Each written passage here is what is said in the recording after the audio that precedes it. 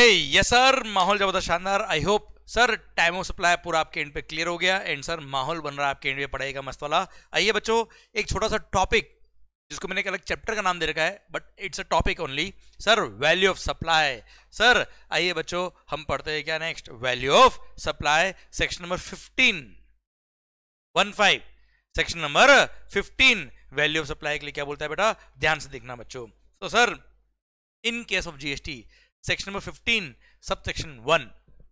अच्छा वैसे वैल्यू क्या होता है सर, वैसे वैल्यू होता क्या मालिक?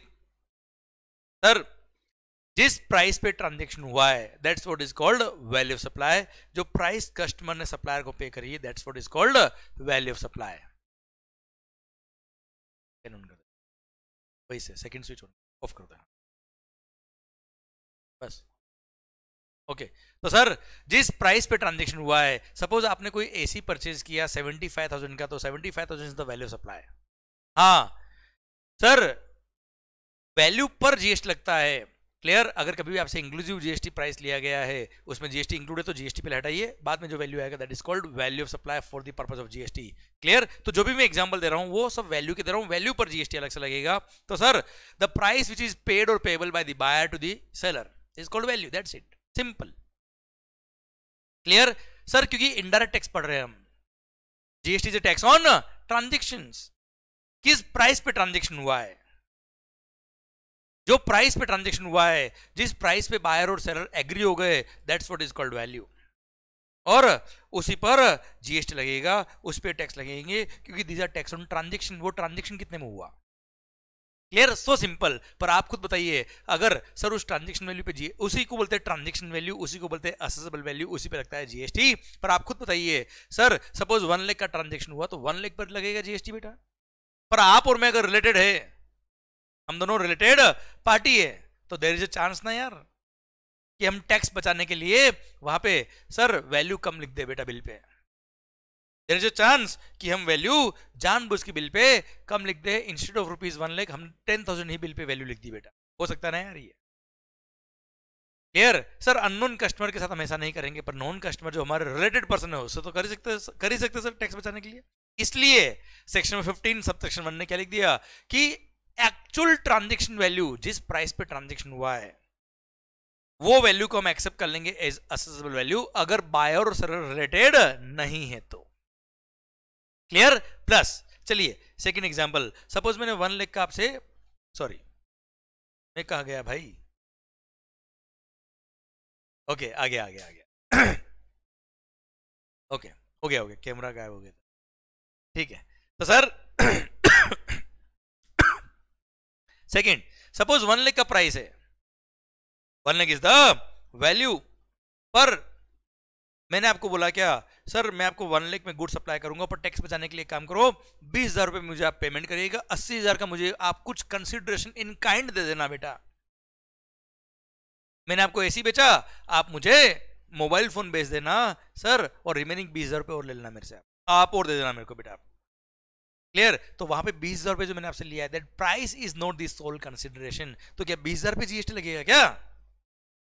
1 lakh was the fair price, आपने मेरे को 20,000 रुपए दिए, साथ में एक मोबाइल फोन दिया 80,000 रुपए का बेटा, आप समझे मेरी बात, क्लियर। तो सर क्या 20,000 वैल्यू है? नहीं, 1 lakh entirely is the value. इसलिए सर गवर्नमेंट ने बोल दिया क्या कि एक्चुअल जो प्राइस आपने चार्ज किया कस्टमर से उसको हम एक्सेप्ट कर लेंगे, उस ट्रांजैक्शन वैल्यू को, जिस प्राइस पे ट्रांजैक्शन हुआ है उसको बोलते हैं ट्रांजैक्शन वैल्यू को हम एक्सेप्ट कर लेंगे, अगर buyer and seller are not related and price is the sole consideration, तो एक्चुअल ट्रांजैक्शन वैल्यू को हम एक्सेप्ट कर लेंगे और वही वैल्यू रहेगा, क्लियर। पर अगर बायर और सेलर रिलेटेड पर्सन है या price is not the sole consideration है, प्राइस के अलावा कुछ और भी कंसिडरेशन दिया है आपने, ऐसे केस में सेक्शन 15 सब सेक्शन 4 रेफर किया जाएगा और वहां पे वैल्यूएशन रूल्स को रेफर किया है, हम वैल्यूएशन रूल्स को वहां रेफर करके वैल्यू निकाला जाएगा। एंड सर 15(5) में बोल दिया क्या, गवर्नमेंट के पास पावर है कि कुछ नोटिफाइड सप्लाईज के केस में वो वैल्यू डिफाइन कर देंगे, इस गुड्स का, इस सप्लाई का वैल्यू ये रहेगा। तो सर वो भी रूल्स में कुछ ट्रांजैक्शंस के लिए डिफाइन किया हुआ है, वही वैल्यू हम डिफाइन करेंगे irrespective of actual transaction value, clear. समझे मेरी बात बच्चों आप? तो सर वहां पर सेक्शन 15.4 और 15.5 ने वैल्यूएशन रूल्स को रेफर किया है, तो सर वो वैल्यूएशन रूल्स पे डिफाइन किया है। हाँ, जिनके सीए इंटरमीडिएट के एग्जाम्स है सर उनके लिए वैल्यूएशन रूल्स सिलेबस में नहीं आते हैं, जिनके सीए में इंटरमीडिएट के एग्जाम्स है उनके लिए वैल्यूएशन रूल्स कोर्स में आते हैं, वो हम अलग से आपको पढ़ा देंगे, जो भी सीए में के स्टूडेंट होंगे उनके लिए। क्लियर मालिक? डन। तो सरकार इन केस ऑफ जीएसटी क्या बोला बच्चों? इन केस ऑफ जीएसटी वैल्यू क्या होता है, शायद आपको समझ में आ रहा है बेटा। क्लियर? तो sir as per section 15 subsection 1 actual transaction value shall be accepted for the purpose of assessment if buyer and seller are not related and price is the sole consideration. Clear? Per section 15 subsection 2 बोलता है क्या कि भाई साहब value निकालते वक्त ये following shall be included while computing value of supply.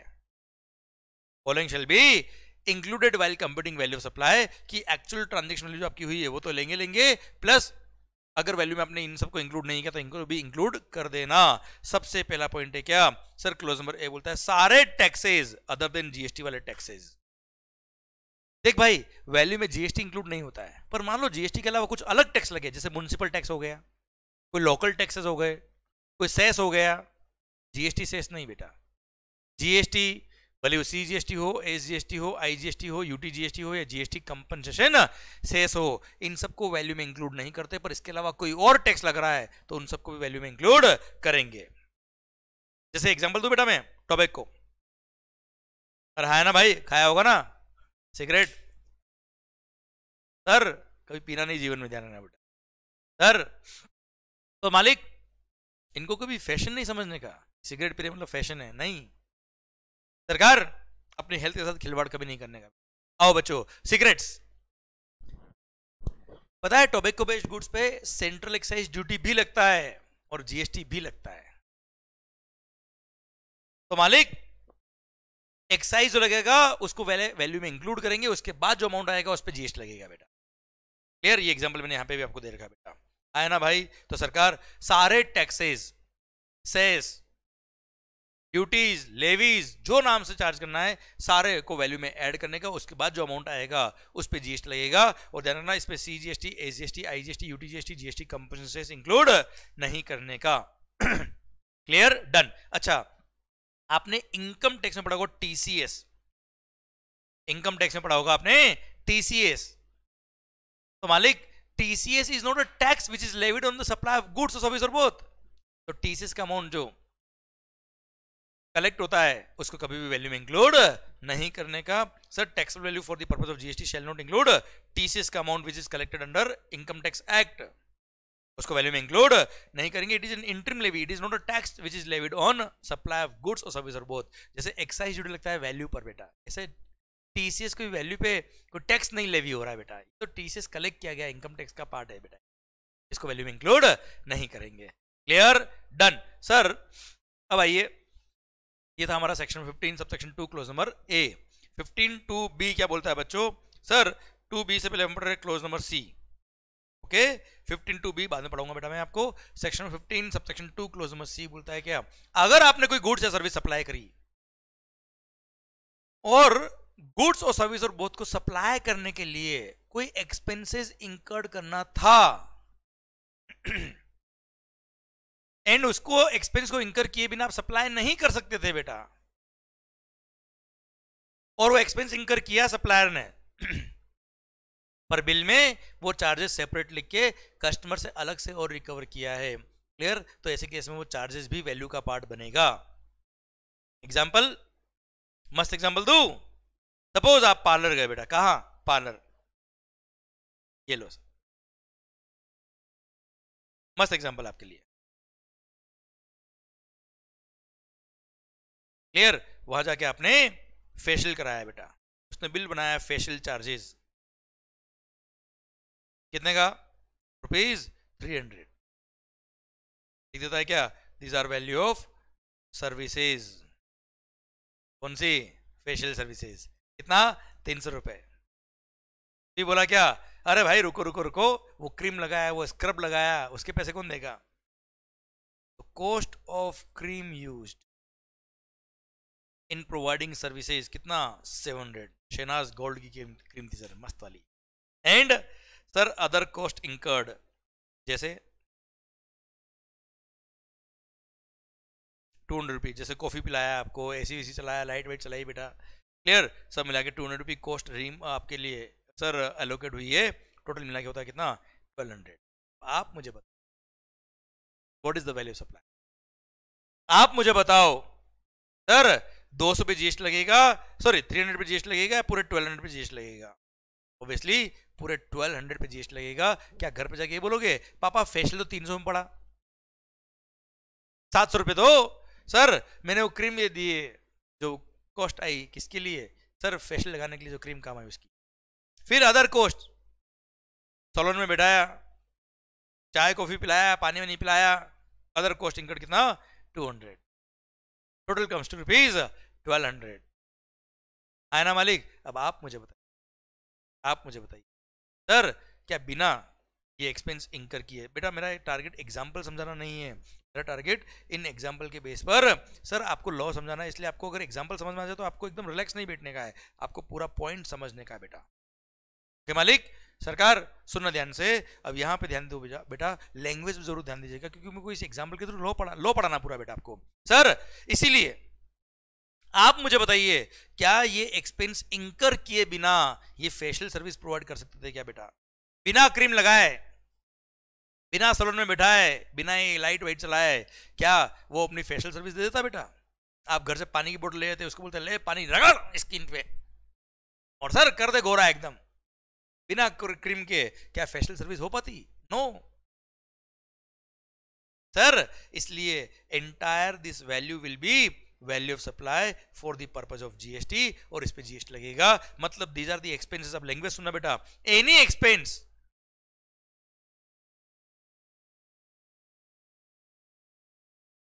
रुकिए स्टॉप कर रहा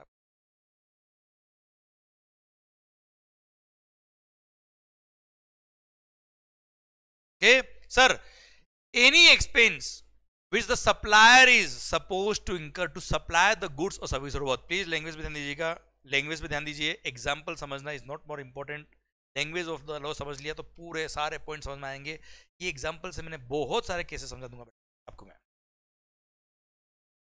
any expense which the supplier is supposed to incur to supply the goods or service or both, any expense जिसको इंकर किए बिना सप्लायर अपनी सप्लाई नहीं कर सकता था और वो एक्सपेंस उसने इंकर किया और बिल में अलग से चार्ज कर दिया, वो भी वैल्यू का पार्ट बनेगा। अल्टीमेटली कस्टमर से पैसे कितने लिए? 1200। अल्टीमेटली ये एक्सपेंस इंकर किए बिना क्या आपने वो सप्लाई कर पाता था? Answer is no. तो ऐसे केस में all this will form part of value of supply, ultimately 1200 will be the value of supply बेटा। क्लियर? मान लो, चलो आगे कहानी बढ़ती है, मान लो आपको पसंद आ गई क्या? क्रीम। सर आपने क्रीम बॉक्स परचेज कर लिया,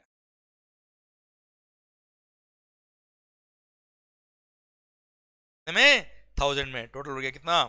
2200। अब मुझे बताओ what is the value of service? Facial service का वैल्यू कितना है? Yes correct, 1200 he value of service होगा। ये वैल्यू ऑफ सर्विस है क्योंकि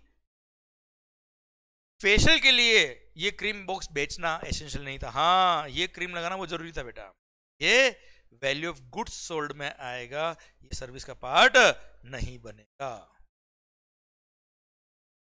आया ना भाई? क्लियर? Very good Bhavesh. हाँ ना मालिक? पक्का?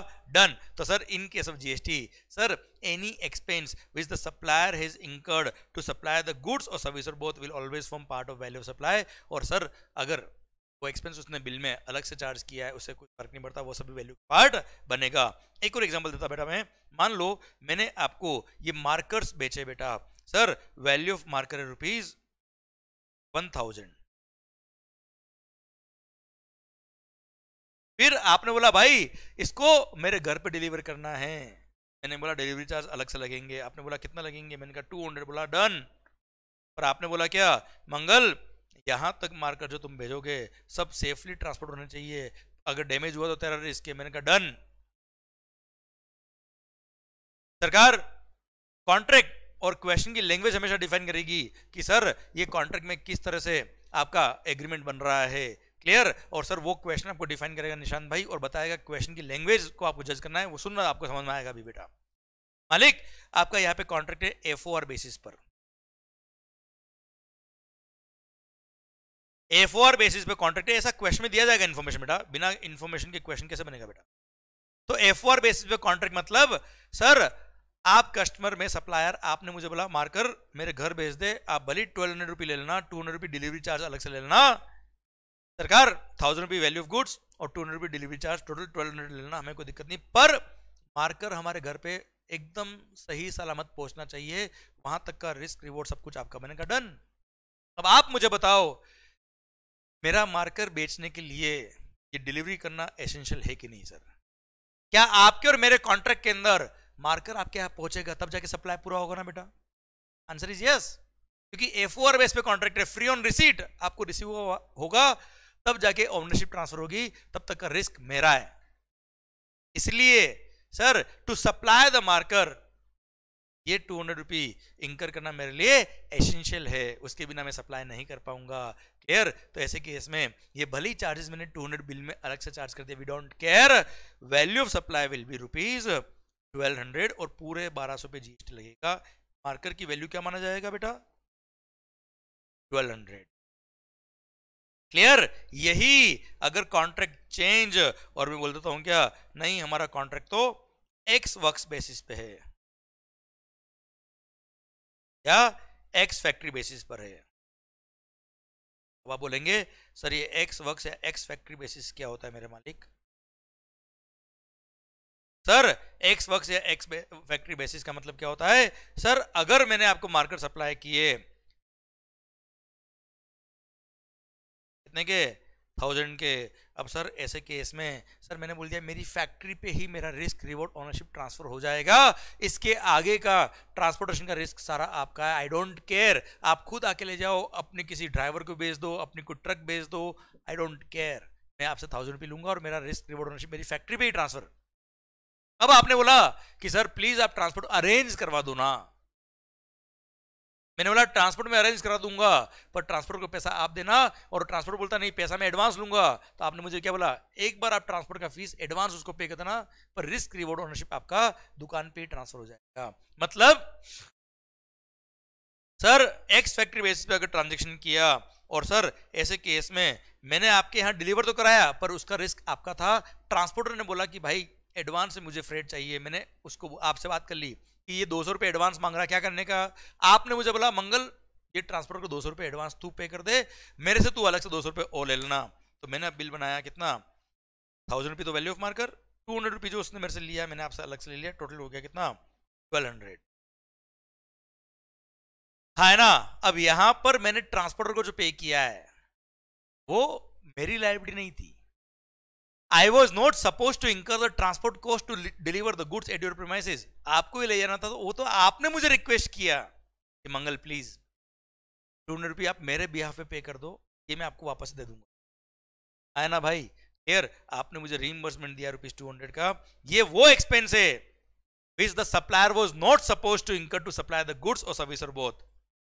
पर अगर यही कॉन्ट्रैक्ट एफओआर बेस पे होता तो ऐसे केस में this is the charge which the supplier is suppose to incur to supply the goods और सर्विस बोथ, यहाँ पे 200 रुपये वैल्यू ऑफ सप्लाई का पार्ट बनेगा, यहाँ पे 200 रुपये वैल्यू ऑफ सप्लाई का पार्ट नहीं बनेगा, और यहाँ पर मार्कर की वैल्यू 1000 ही मानी जाएगी। ये 200 जो पे किया just as a pure agent pay किया है, ये वैल्यू में इंक्लूड नहीं होगा, this will not be included in the value of supply and 1000 will be the value of supply, क्योंकि यहाँ पे ये 200 रुपये इंकर करना मेरा जिम्मेदारी नहीं था, क्लियर। तो सर मैं लैंग्वेज वापस रिपीट करता हूं, any expense which the supplier is suppose to incur to supply the goods और सर्विस और both will always form part of value supply, अगर आपने बिल में अलग से लिखा तो वैल्यू का पार्ट बनेगा, पर अगर वो expense you are not suppose to incur, आपने just as a pure agent of the recipient pay किया है, तो ऐसे केस में वैल्यू का पार्ट नहीं बनेगा, क्लियर। अच्छा एक बात और, अगर क्वेश्चन ने कुछ भी नहीं बोला कि एफओआर बेस पे ट्रांजैक्शन है या एक्स फैक्ट्री बेस पे ट्रांजैक्शन है, तो हमेशा मानने का कि एफओआर बेस पे ही ट्रांजैक्शन है, और एफओआर बेस पे मतलब 1200 पे जीएसटी लगेगा, अगर क्वेश्चन कुछ नहीं बोलता है तो। ओके मालिक, क्लियर, डन। सरकार यहां तक पॉइंट खत्म होता है। अब देखिए बेटा, 11 पॉइंट बेटा कि ये एक एग्जांपल देके मैंने आपको समझाने की कोशिश करी। Incidental expenses section 15 subsection 2 clause number C बोलता है कोई भी incidental expenses such as commission, packing charges charged by supplier or anything else done by the supplier in relation to supply at the time of or before the delivery of the goods or supply of services must be added to the value. मतलब अगर कोई भी expense supplier ने इंकर किया है, अगर कोई भी एक्सपेंस सप्लायर ने इंकर किया है, तो अगर कस्टमर से रिकवरी किया अलग से तो वो वैल्यू का पार्ट हमेशा बनेगा। It will always form part of value of supply. Clear? अच्छा, अब एक और बात देखना ध्यान, इसी एग्जांपल को आगे बढ़ता बेटा मैं। मान लो इस वाले एग्जांपल को, any expense which the supplier was supposed to incur to supply the goods और सर्विस और both will always form part of value of supply. भले उसने बिल में अलग से चार्ज किया या भले सेपरेट बिल इशू किया हो, पूरा 1200 is the value of supply in case of FOR basis बेटा। अब आप मुझे बताइए, मान लो मैंने, समझने की कोशिश करना, मान लो मैंने सर एफओआर बेस पे कॉन्ट्रैक्ट किया है, मतलब गुड्स का डिलीवरी कस्टमर के यहां तक मुझे भेजना है, ये मेरा कॉन्ट्रैक्ट है। मैंने कस्टमर को बोला कि मैं आपसे 1000 रुपये लूंगा, 200 रुपये डिलीवरी चार्ज होगा, total 1200। He agreed, value of supply will be rupees 1200। पर सर वो ट्रांसपोर्टर बदमाश है, मैं अगर उसको फ्रेट अभी दे दूंगा तो वो सर रास्ते में ही वो 200 रुपये की पार्टी कर लेगा। परदेसी परदेसी जाना नहीं सर, पार्टी बना के माहौल जबरदस्त शानदार रास्ते में कर लेगा, इस चक्कर में हमारा ट्रांसपोर्टेशन डिले हो जाएगा यार। तो सर हमने ट्रांसपोर्टर को बोला तू माल डिलीवर करेगा, हैंड टू हैंड तेरे को तेरा फ्रेट का पेमेंट मिल जाएगा। मैंने कस्टमर को बोला कि भाई साहब मैं गुड्स भेज रहा हूं यहां से, XYZ ट्रांसपोर्टर है, आपके यहां जब गुड्स डिलीवर हो जाए तो 200 रुपये उसको दे देना आप और 1000 रुपये मेरे को दे देना। कस्टमर ने बोला कि हाँ जी 200 उसको दे दूंगा, कोई तकलीफ नहीं है, पर वहां तक डिलीवरी करने का रिस्क रिवॉर्ड आपका है। मैंने कहा हाँ, contract is on FOR basis, goods वहां डैमेज पहुंचा तो मत लेना, वापस भेज देना, वो कोई तकलीफ नहीं है, पर उसको भाड़ा जो है वो आपके यहाँ रिसीव होने के बाद फिर देना। तो सर ऐसे केस में क्या हो रहा है, उसने मेरे को तो 1000 ही दिया है और 200 रुपये उसने डायरेक्टली थर्ड पर्सन को पे कर दिया है on behalf of me.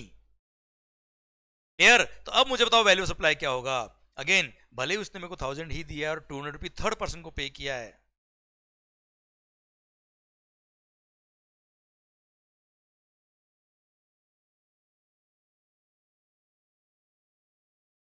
Directly paid to third person, उससे कोई फर्क नहीं पड़ता। Since contract is on FOR basis, ये 200 भी वैल्यू का पार्ट बनेगा और पूरा 1200 will be the value of supply. Very good answer. Clear? तो सर क्लोज नंबर बी यही कहता है, सेक्शन 15 सब सेक्शन में 2 क्लोज नंबर बी क्या कहता है बेटा कि any expense which the supplier वो suppose to incur to supply the goods और सर्विस और बोथ, पर वो एक्सपेंस डायरेक्टली कस्टमर ने थर्ड पर्सन को पे कर दिया तो भी वैल्यू ऑफ सप्लाई का पार्ट बनेगा और वैल्यू में इंक्लूड करेंगे और पूरे 1200 पे जीएसटी लगाएंगे मेरे इस एग्जांपल।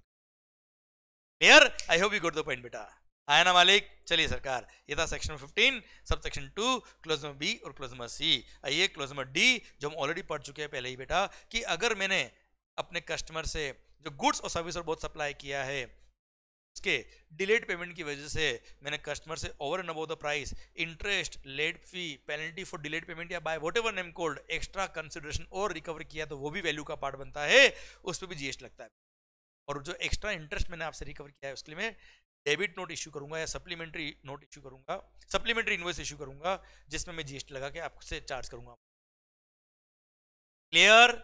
समझे मेरी बात? तो सर ओरिजिनल इनवॉइस इश्यू क्या होगा, जब सपोज 1 करोड़ का वैल्यू सप्लाई था तो 1 करोड़ का मैंने ओरिजिनल इनवॉइस इश्यू किया होगा, बाद में 3 लाख रुपए में आपसे इंटरेस्ट रिकवरी कर रहा हूं तो 3 लाख का मैं आपको सप्लीमेंट्री इनवॉइस या डेबिट नोट भी इश्यू करूंगा, जिसके बेस पे आपको सर आपको टैक्स देना, मेरे को टैक्स देना पड़ेगा। आया ना भाई? क्लियर? तो अल्टीमेटली वैल्यू ऑफ सप्लाई कितना होगा, 1 करोड़ 3 लाख बेटा। ओके, ये जो लास्ट चैप्टर में मैंने एग्जांपल दिया था वही मैंने कंटिन्यू करके आया बेटा। ओके मालिक, डन। सरकार लास्ट पॉइंट है क्या sir, any subsidy, section 15 subsection 2 clause में ई बोलता है any subsidy which is directly linked to the price will always form part of value supply other than subsidy given by central government और state government. अच्छा, central government या state government को subsidy दे रहा है तो वैल्यू में include करने का ही नहीं बेटा। सेंट्रल गवर्नमेंट या स्टेट गवर्नमेंट के अलावा कोई पर्सन सब्सिडी दे रहा है तो चेक करना क्या इस सब्सिडी की वजह से प्राइस अफेक्ट हुआ है। अगर यस तो वैल्यू में ऐड बैक कर देना बेटा वापस से। सर एग्जांपल देता बेटा मैं, सपोज सर मैं कोई मशीन बेच रहा हूं ₹1 करोड़, किसी चैरिटेबल इंस्टीट्यूशन ने मुझे बोला कि मशीन जिसको बेच रहे हो वो बहुत भलाई का काम करता है, आप इनको मशीन 90 लाख में ही बेच दो। मैंने कहा भाई साहब भलाई का काम ये कर रहे हैं, हम समाज सेवा थोड़े कर रहे हैं, हमको अगर कुछ नहीं मिलेगा तो हमारा मोटिवेशन खत्म हो जाएगा, आपको चिंता तो आप दे दो। उसने बोला यस तुम मुझसे 90 लाख रुपए देना लेना, 10 लाख रुपए हम तुमको अलग से और सब्सिडी देंगे। आई रिपीट सर, जैसे रिलायंस फाउंडेशन ने यशवंत मंगल को बोला कि तुम मशीन जिसको सप्लाई कर रहे हो उसको 90 लाख में सप्लाई करना, 10 लाख का हम तुम्हें सब्सिडी दे देंगे। आप मुझे बताओ सर ओरिजिनल प्राइस क्या थी बेटा? 1 CR। After considering subsidy of ₹10 lakh मैंने कितना प्राइस चार्ज किया कस्टमर से? 90 लाख बेटा। This is the price after considering subsidy. अब आप मुझे बताओ वो 10 लाख की सब्सिडी की वजह से प्राइस अफेक्ट हुआ ना बेटा? Yes, it means subsidy is directly link to the price, and if subsidy is directly link to the price तो इसको वैल्यू में वापस से ऐड करेंगे और टोटल वैल्यू 1 करोड़ ही होगा। एक तरह से 90 लाख उससे आया, 10 लाख यहां से आया, अल्टीमेटली वैल्यू कितना है? 1 CR। क्लियर? और यही सब्सिडी अगर मेरे को सेंट्रल गवर्नमेंट या स्टेट गवर्नमेंट ने दी होती तो 90 लाख रुपए ही वैल्यू होता। क्लियर? पक्का बच्चों? I hope you got the entire point बेटा। सर क्या लिखा है मैंने यहाँ पे? Subsidy given by person or entity other than government तभी वैल्यू का पार्ट बनेगी जब एक्सक्लूसिवली रिलेटेड टू प्राइस हो। प्राइस अफेक्ट हुआ है sir, after considering the subsidy price कम हुआ है तभी जाके उसको एड बैक करेंगे। पर मान लो सर 1 करोड़ का मशीन था, 1 करोड़ में बेचा बेटा मैंने, और बाद में किसी चैरिटेबल इंस्टीट्यूशन ने मेरे को 10 लाख का डोनेशन ऐसे दे दिया बेटा सब्सिडी के नाम पे, क्या उस सब्सिडी की वजह से प्राइस अफेक्ट हुआ था? आंसर इज नो, तो 1 करोड़ ही वैल्यू होगा बेटा। क्लियर? सर क्वेश्चन में लिखा होता है क्या? The price is after considering subsidy, मतलब ओरिजिनल प्राइस था 1 CR का, सब्सिडी कंसिडर करने के बाद हो गया कितना? 90 लाख का। इट मींस सब्सिडी की वजह से प्राइस अफेक्ट हुआ है और सब्सिडी को वैल्यू में ऐड करेंगे और 1 crore will be the value of supply. Clear? Done. ये आपका सेक्शन 15 सब सेक्शन 2 खत्म होता है। अब तो सर वापस से रिपीट करता हूं, बहुत छोटा टॉपिक है सर वैल्यूएशन का। सेक्शन 15 सब सेक्शन 1 हमने पढ़ा है क्या? एक्चुअल ट्रांजैक्शन वैल्यू को हम एक्सेप्ट कर लेंगे for the purpose of assessment if buyer and seller are not related and price is the sole consideration. और अगर प्राइस सोल कंसीडरेशन नहीं है या बायर और सेलर रिलेटेड है तो सेक्शन 15(4) बोलता है क्या? रेफर करेंगे वैल्यूएशन रूल्स। 15(5) बोलता है गवर्नमेंट के पास पावर है कि कुछ सप्लाईज को नोटिफाई करके बता देंगे कि यहाँ पे वैल्यू इस तरह से निकालेंगे, वो भी वैल्यूएशन रूल्स का पार्ट बनता है। क्लियर? 15(2) ये बोलता है कि following shall be included while computing value of supply. First है क्या? सारे taxes other then GST, SGST, UTGST, IGST और GST कंपनसेशन सेस, सारे टैक्सेस ऐड करने हैं। हाँ, TCS जो अंडर इनकम टैक्स एक्ट करता है बेटा, वो TCS को टैक्स चार्ज नहीं हो रहा है किसी सप्लाई पे बेटा, उसको वैल्यू में इंक्लूड नहीं करने का। क्लियर? अदरवाइज कोई भी टैक्स चार्ज होता है तो सर वो सब वैल्यू का पार्ट बनेगा। क्लियर? क्लोज नंबर C पहले बोलता रहा हूं मैं, वो बोलता है क्या? कोई भी इंसिडेंटल एक्सपेंसेस या ऐसा कोई cost which the supplier was supposed to incur to supply the goods और सर्विस और बोथ, वो अगर आपने सप्लायर ने इंकर किया है और बिल में अलग से चार्ज किया है तो वो भी वैल्यू का पार्ट बनेगा, उसको भी वैल्यू में इंक्लूड करेंगे। क्लियर? और सर अगर ऐसा कोई expense which the supplier was supposed to incur पर रेसिपिएंट ने ही थर्ड पर्सन को डायरेक्टली पे कर दिया ऑन बिहाफ ऑफ सप्लायर तो वो भी वैल्यू का पार्ट बनेगा, वैल्यू में इंक्लूड करेंगे। Clear? Sir close number D बोलता है क्या? अगर कोई कस्टमर से सप्लायर ने over and above the price interest, delayed payment charges, late payment charges, penalty for late payment, कुछ भी नाम से अगर over and above the price recovery किया है तो वो भी वैल्यू में इंक्लूड होगा। उसके लिए भी आप डेबिट नोट रेज करेंगे, सप्लीमेंट्री इनवॉइस इश्यू करेंगे और कस्टमर से जो इंटरेस्ट आया है वो भी वैल्यू का पार्ट बनेगा, उस पर भी GST लगेगा बेटा। And any subsidy which is directly linked to the price will always form part of value of supply except if the subsidy is given by central government or state government. Clear है मालिक? Done. सरकार फिर है क्या? Sir exclusion from the value of supply section 15 subsection 3 following shall be excluded from the value of supply. First क्या है? Discount. Second क्या है? Discount. एक discount है जो at the time of supply itself आपने बिल पे ही indicate करके customer को पास ऑन कर दिया है। और एक डिस्काउंट हम पढ़ेंगे जो पोस्ट सप्लाई डिस्काउंट है, आफ्टर द सप्लाई आपने डिस्काउंट दिया है कस्टमर को। चलिए बात करते हैं बेटा।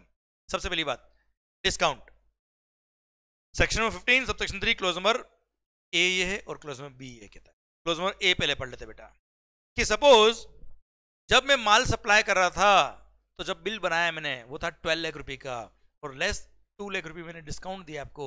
तो at the time of supply itself या बिफोर द सप्लाई इटसेल्फ मैंने आपको डिस्काउंट दे दिया which is shown on the invoice itself. तो मैंने कस्टमर से नेट प्राइस कितना लिया बेटा?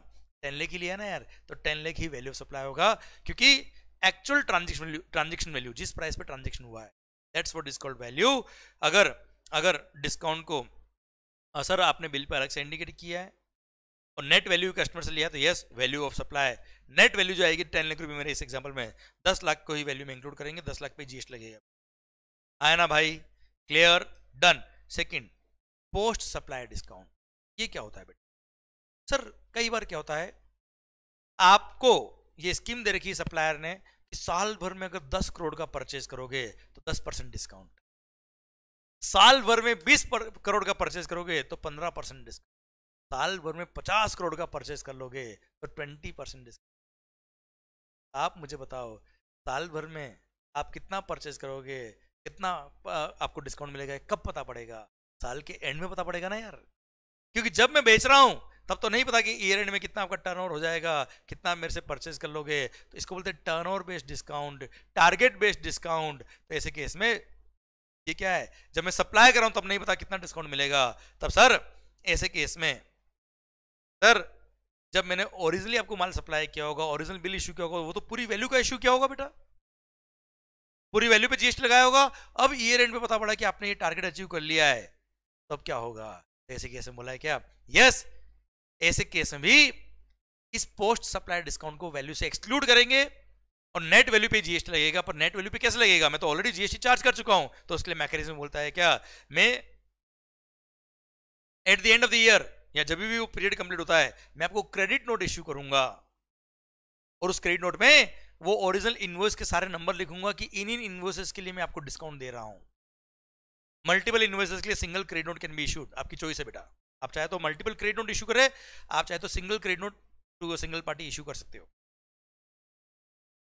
तो मैं क्रेडिट नोट इशू करूंगा जिस पे लिखूंगा मैंने आपको 20% डिस्काउंट दिया है या 10% दिया, जो भी हमारे as per terms of contract, और उसकी वजह से सर जो मैं एक्स्ट्रा जीएसटी पे कर चुका हूं वो जीएसटी की लायबिलिटी मेरा उस महीने में कम हो जाएगा जिस महीने में मैंने क्रेडिट नोट इश्यू किया। पर कंडीशन क्या है, उतना प्रोपोर्शनेट इनपुट टैक्स क्रेडिट आपने भी रिवर्स किया होना चाहिए। अगर कस्टमर ने क्रेडिट ले रखा है पूरे बिल के वैल्यू का, अब बिल का वैल्यू कम हो रहा है, टैक्स भी कम हो रहा है, उतना टैक्स जो मैंने ज्यादा गवर्नमेंट को दिया उतना मैं गवर्नमेंट से रिफंड लेके आऊंगा बाद में, तो उतना आपको क्रेडिट भी तो कम करना पड़ेगा। अगर आपने क्रेडिट नहीं लिया तो पता लगे, क्रेडिट लिया तो उतना प्रोपोर्शनेट आईटी से आपको रिवर्स करना पड़ेगा। क्लियर? डन। सर वापस से बोलता बेटा मैं, सर पोस्ट सप्लाई डिस्काउंट भी वैल्यू ऑफ सप्लाई का सप्लाई से एक्सक्लूड होगा, पर कंडीशन क्या? 3 कंडीशन बेटा। फर्स्ट, जब मैंने ओरिजिनली सप्लाई किया था उस टाइम पे ये पता होना चाहिए कि as per terms of contract कि ऐसा होने पे डिस्काउंट मिलेगा, मतलब it should be known at the time of supply in terms of an agreement that existed eight the time of supply.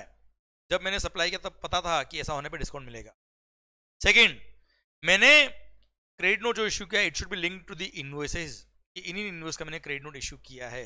And third, recipient ने प्रोपोर्शनेट आईटीसी रिवर्स किया है। तो ऐसे केस में sir discount is not included in the value of supply, otherwise discount value का part बन जाएगा, उसको एक्सक्लूड नहीं करेंगे। जैसे सेकेंडरी डिस्काउंट, जैसे आपने 2 महीने अच्छा काम किया, मैंने खुश होकर आपको 2%, सर जब पेमेंट करने आया मेरे को 2% कैश डिस्काउंट दे दिया मैंने आपको, it was not known at the time of supply, as per terms of agreement मैंने डिस्काउंट नहीं दिया, मेरे खुश होकर दिया है, तो ये वैल्यू से एक्सक्लूड नहीं होगा। ऐसे केस में फाइनेंशियल क्रेडिट नोट इशू होगा, जीएसटी वाला क्रेडिट नोट इशू नहीं होगा। और जीएसटी की वजह से जीएसटी का क्रेडिट नोट इशू नहीं हुआ तो जीएसटी का टर्नओवर में कोई फर्क नहीं पड़ेगा, जीएसटी का अमाउंट कम नहीं होगा, केवल वैल्यू कम हो जाएगा फाइनेंशियल रिकॉर्ड्स के लिए। क्लियर? डन। सरकार ये था पोस्ट सप्लाई डिस्काउंट, ये सेक्शन 15 सबसेक्शन 3 खत्म होता है। अब वापस से रिपीट करता है बेटा, 2 तरह के डिस्काउंट है। At the time of supply itself discount दिया है, discount given at the time of or before the supply itself.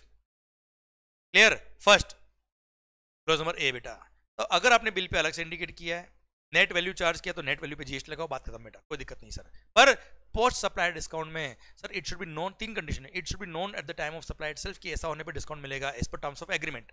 Second, credit note जो इशू का it should be linked with the invoices जिसके लिए मैं डिस्काउंट दे रहा हूं। और third, proportionate input tax credit recipient ने भी रिवर्स किया होना चाहिए।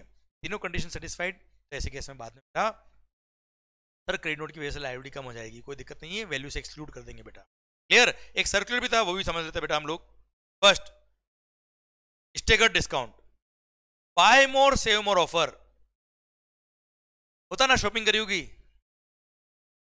End off season cell, mall में गए, 2 शर्ट परचेज करने पर 40% डिस्काउंट, 3 शर्ट परचेज करने पर 50% डिस्काउंट, 5 शर्ट परचेज करने पे 60% डिस्काउंट।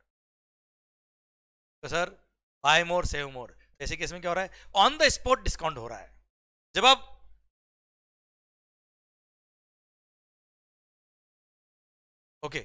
जब आप सप्लाई कर रहे हो उसी टाइम डिस्काउंट मिल रहा है, ऑन द स्पॉट में डिस्काउंट दे रहा हूं आपको बेटा, तो बिल पे लिखूंगा ना कि इतना शर्ट परचेज के लिए इसलिए इतना डिस्काउंट। तो ऐसे केस में सर ये तो at the time of supply ही आपने डिस्काउंट दिया, तो नेट वैल्यू जो आपने चार्ज किया उसी पे जीएसटी लगेगा। पर अगर पीरियोडिक और ईयर एंडिंग डिस्काउंट या वॉल्यूम डिस्काउंट जो मैंने एग्जांपल दिया कि साल भर में 10 करोड़ का परचेज करोगे तो इतना डिस्काउंट, या साल भर में 10,000 शर्ट परचेज किया तो इतना डिस्काउंट, तो सर ऐसे केस में सर ये पोस्ट सप्लाई डिस्काउंट है जो मैंने आपको कंडीशन बताई, वो अगर फुलफिल होती है तो वैल्यू सप्लाई से एक्सक्लूड हो जाएगा, कोई दिक्कत वाली बात नहीं है। क्लियर? एंड सर लास्ट क्या, सेकेंडरी डिस्काउंट। यहाँ पे क्या हो रहा है, सर मैंने खुश होकर डिस्काउंट दिया, या कभी आप पेमेंट करने आए, आपने जल्दी पेमेंट कर दिया तो मैंने 2% कैश डिस्काउंट दे दिया आपको, सिंस ये पोस्ट सप्लाई डिस्काउंट है but it was not known at the time of supply itself, तो ऐसे केस में ये वैल्यू से एक्सक्लूड नहीं होगा, और ऐसे केस में फाइनेंशियल क्रेडिट नोट इश्यू होगा और यहाँ पे जीएसटी का कोई इफेक्ट नहीं होगा। जैसे मैंने आपको 5,000 रुपए का डिस्काउंट दिया तो 5,000 रुपए का मैं क्रेडिट नोट इशू कर दूंगा, फाइनेंशियल क्रेडिट नोट, इससे मेरी जीएसटी लायबिलिटी कम नहीं होगी, ना आपको कोई आईटीसी रिवर्स करना है ऐसे केस में। क्लियर? डन।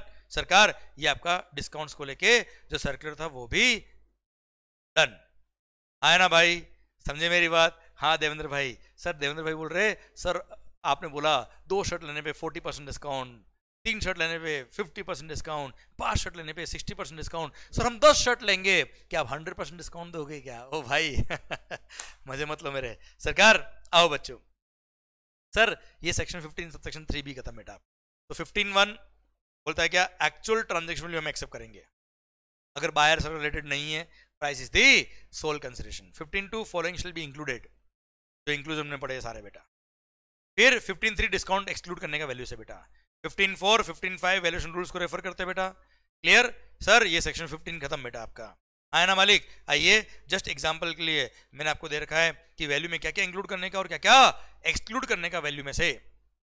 एग्जाम्पल दे रखा है सो दैट आपके न्यूमेरिकल क्वेश्चंस आराम से सोल्व हो जाए।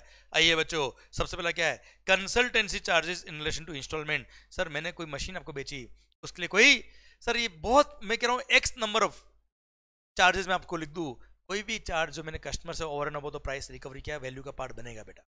तो consultancy charge in relation to installment, yes. Design drawing engineering charges, कोई भी चार्जेस ले लो ऐड करने का वैल्यू में। टेस्टिंग चार्जेस, यस ऐड करने का। Freight from seller premises to buyer premises, अगर कुछ नहीं लिखा तो इसको एफओआर बेस पे मानने का और वैल्यू में ऐड करने का। इंश्योरेंस चार्ज ऐड करने का। Interest penalty charges by seller for delayed payment, yes add करने का।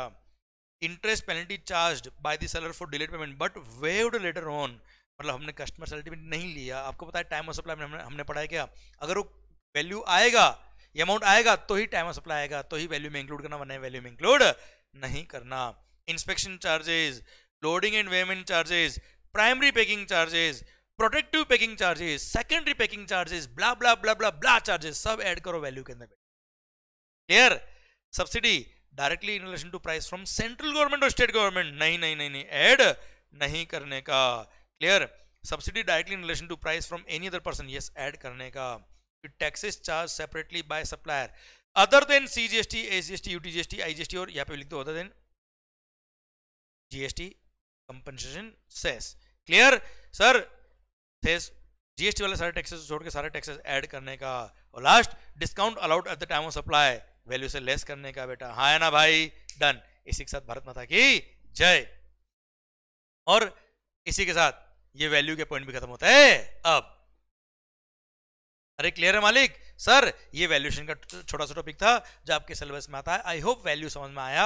सेक्शन 15.1, 15.2, 15.3, 15.4 और 5 ने तो रेफर किया वैल्यूएशन रूल्स को। 15.1 ने बोला एक्चुअल वैल्यू को एक्सेप्ट कर लेंगे अगर buyer and seller are not related and price is the sole consideration. 15.2 बोलता है following shall be included while computing value supply. सारे टैक्सेस अदर देन जीएसटी वाले taxes. TCS tax on goods नहीं होता है, टैक्स ऑन सर्विस नहीं होता है, इसको इंक्लूड करने की जरूरत नहीं है, टीसीएस इनकम टैक्स वाला। सेकंड, कोई भी एक्सपेंस जो सप्लायर को इंकर करना था पर रेसिपिएंट ने इंकर कर दिया है वो भी वैल्यू का पार्ट बनेगा। थर्ड, कोई एक्सपेंस जो सप्लायर को इंकर करना था सप्लायर ने इंकर किया पर बिल में अलग से चार्ज किया, ये सारे एक्सपेंसेस वैल्यू में ऐड करने का बेटा।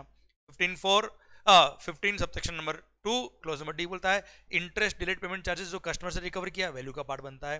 And last, subsidy directly in relation to price but given by any person other than central government state government value का पार्ट बनेगा। क्लियर? 15.3 बोलता है क्या वैल्यू से एक्सक्लूड करना है क्या? Clause number A on the spot जो डिस्काउंट दिया है सप्लाई के टाइम पे डिस्काउंट दिया। और 15.3 बी बोलता है क्या सर पोस्ट सप्लाई डिस्काउंट जो आपने दिया है वो भी वैल्यू से एक्सक्लूड होगा अगर eight the time of supply agreement में ऐसा लिखा था तो। सेकेंड, सर जो आपने क्रेडिट नोट इशू किया it should be linked with the invoices and proportionate ITC recipient ने रिवर्स किया होना चाहिए। ये कंडीशन पूरी तो पोस्ट सप्लाई डिस्काउंट भी आप वैल्यू से एक्सक्लूड करना। क्रेडिट नोट इशू करेंगे, क्रेडिट नोट की वजह से आपकी लायबिलिटी कम हो जाएगी, टैक्स का रिफंड लेके आ जाना गवर्नमेंट से, पर कस्टमर को भी आईटीसी प्रोपोर्शनेट रिवर्स करना पड़ेगा। Clear? Done. 15.4, 15.5 valuation rules refer करता है। इसी के साथ भारत माता की जय। इसी के साथ ये टॉपिक वैल्यूएशन वाला भी खत्म होता है। अब आई होप मजा आया बेटा आपको, आई होप समझ में आया बच्चा आपको। क्लियर?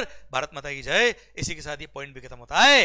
अब ओके बच्चों, डन। अच्छा अब ध्यान दीजिए बेटा, सर वैल्यूएशन के भी न्यूमेरिकल क्वेश्चन मैंने सारे लेक्चर में सोल्व किए, वो भी फाइल में आपके लिए गूगल ड्राइव पे अपलोड कर रहा हूं। उससे आपकी सारे क्वेश्चंस की प्रैक्टिस शानदार वाली हो जाएगी वैल्यूएशन की। क्लियर? वो जरूर देखने का, क्योंकि उसकी वजह से ही कई बार क्या होता है चैप्टर दिखने में इजी लगता है पर जब क्वेश्चन करते हैं ना बेटा तब पता पड़ता है अच्छा हमसे ये गलती हो रही थी बेटा। तो वो भी मैं ड्राइव पे अपलोड कर रहा हूं आपके लिए। वो भी आप वैल्यूएशन के चैप्टर के सारे क्वेश्चन जो मैंने आपके लिए रिकॉर्ड किए वो भी अपलोड कर रहा हूं, वो भी जरूर देखिएगा बेटा। भारत माता की जय। सर जो भी गूगल ड्राइव वाले बच्चे हैं उनके लिए लेक्चर स्टॉप कर रहा हूं और नेक्स्ट चैप्टर जो है वो अगले स्लाइड से अगले लेक्चर से शुरू कर रहा हूं। पर हाँ बच्चों जो लाइव ऑनलाइन देख रहे हैं भी वो कहीं जाने का नहीं बेटा, जस्ट स्टॉप करके वापस स्टार्ट कर रहा हूं आईटीसी वाला चैप्टर बेटा। माहौल